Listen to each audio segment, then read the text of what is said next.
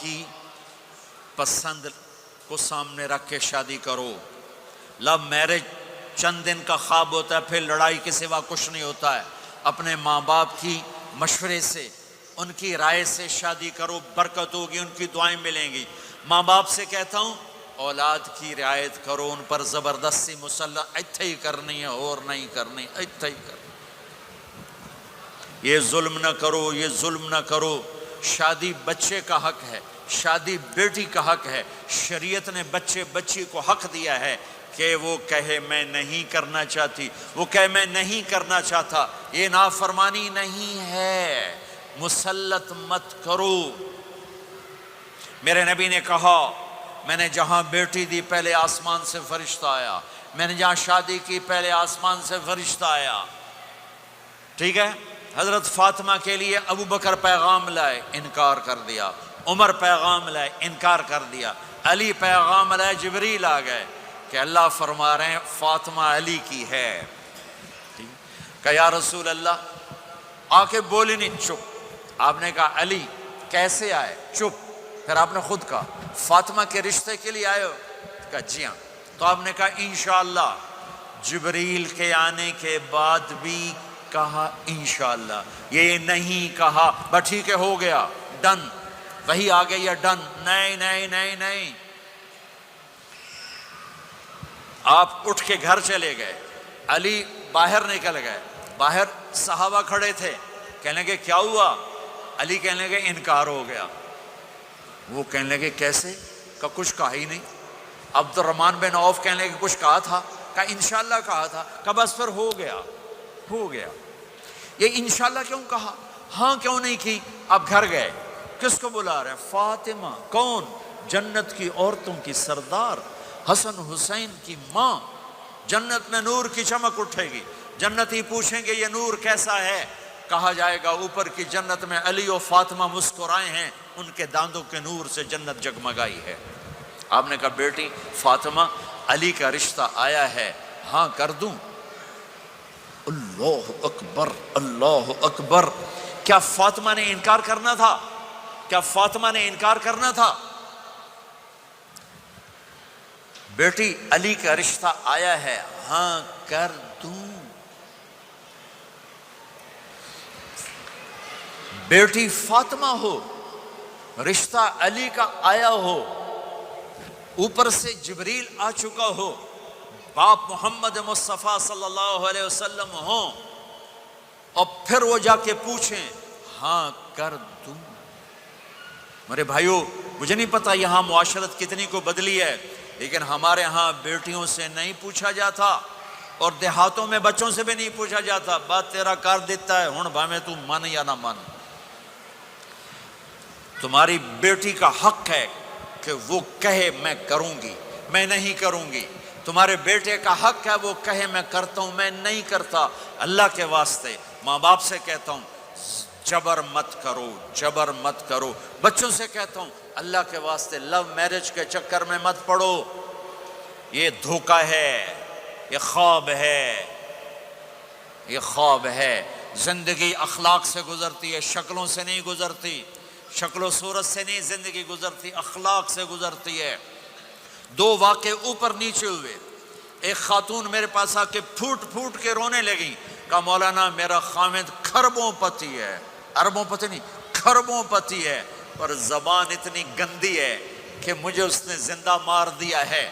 اور چند دن کے بعد ایک نوجوان ملا، کہا مولانا زندگی کی ہر دولت موجود ہے پر میری بیوی کی زبان بہت گندی ہے، میرا گھر برباد ہو کے رہ گیا ہے۔ ایک جگہ عورت کی تیزی نے گھر کو آگ لگائی ہوئی ہے، ایک جگہ مرد کی تیزی نے گھر کو آگ لگائی ہوئی ہے۔ گھروں کی آبادی اچھے اخلاق سے ہوتی ہے۔ بڑوں سے کہتا ہوں چھوٹوں سے رائے لے کر قدم اٹھاؤ، چھوٹوں سے کہتا ہوں ماں باپ کی رائے کو داخل کر کے چلو۔ اگر دونوں میں اختلاف ہوتا ہے تو ماں باپ سے کہتا ہوں اپنے بچوں کی رائے کو ترجیح دو، زندگی انہوں نے گزارنی ہے۔ یہ میرے نبی کی ایک پاکیزہ خوبصورت زندگی ہے۔ میرے بھائیوں، میں نے آپ کا زیادہ وقت لے لیا، احباب جمع ہے میر حال دل کہہ لے، پھر التفات دلے دوستاں رہے نہ رہے۔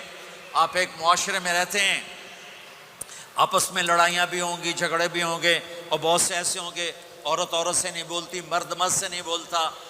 ایک بات آپ سب سے کہتا ہوں، یہاں سے اٹھ کر سب ایک دوسرے کو جو لڑے ہوئے صلح کر لینا، ایک دوسرے کو معاف کر دینا، ایک دوسرے کے گلے لگ جانا، ایک دوسرے سے درگزر کا معاملہ کر دینا۔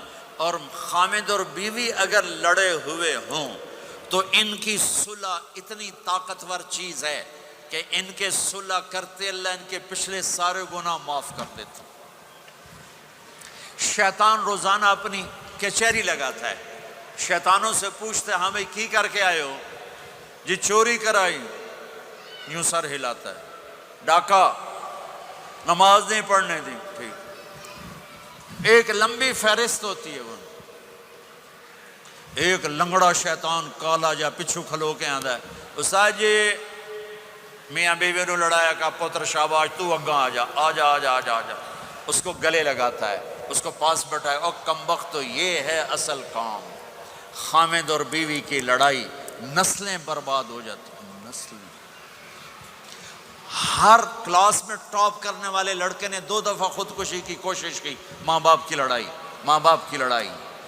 تو میرے بھائیوں، اپنے نبی والے اخلاق کے ساتھ زندگی گزارنا سیکھو، سچ بولو، یہ آپ کا دیس ہے، اس کو ٹیکس پورا دو، اس کے ساتھ دھوکہ نہ کرو، اس کے ساتھ فراڈ نہ کرو، اس کے ساتھ 2 نمبری نہ کرو، دیانتداری کی زندگی گزارو، سچائی کی زندگی۔ یا مختلف مذاہب کے لوگ رہتے ہیں، سب کو عزت دو، سب کو احترام دو، سب کی قدر کرو۔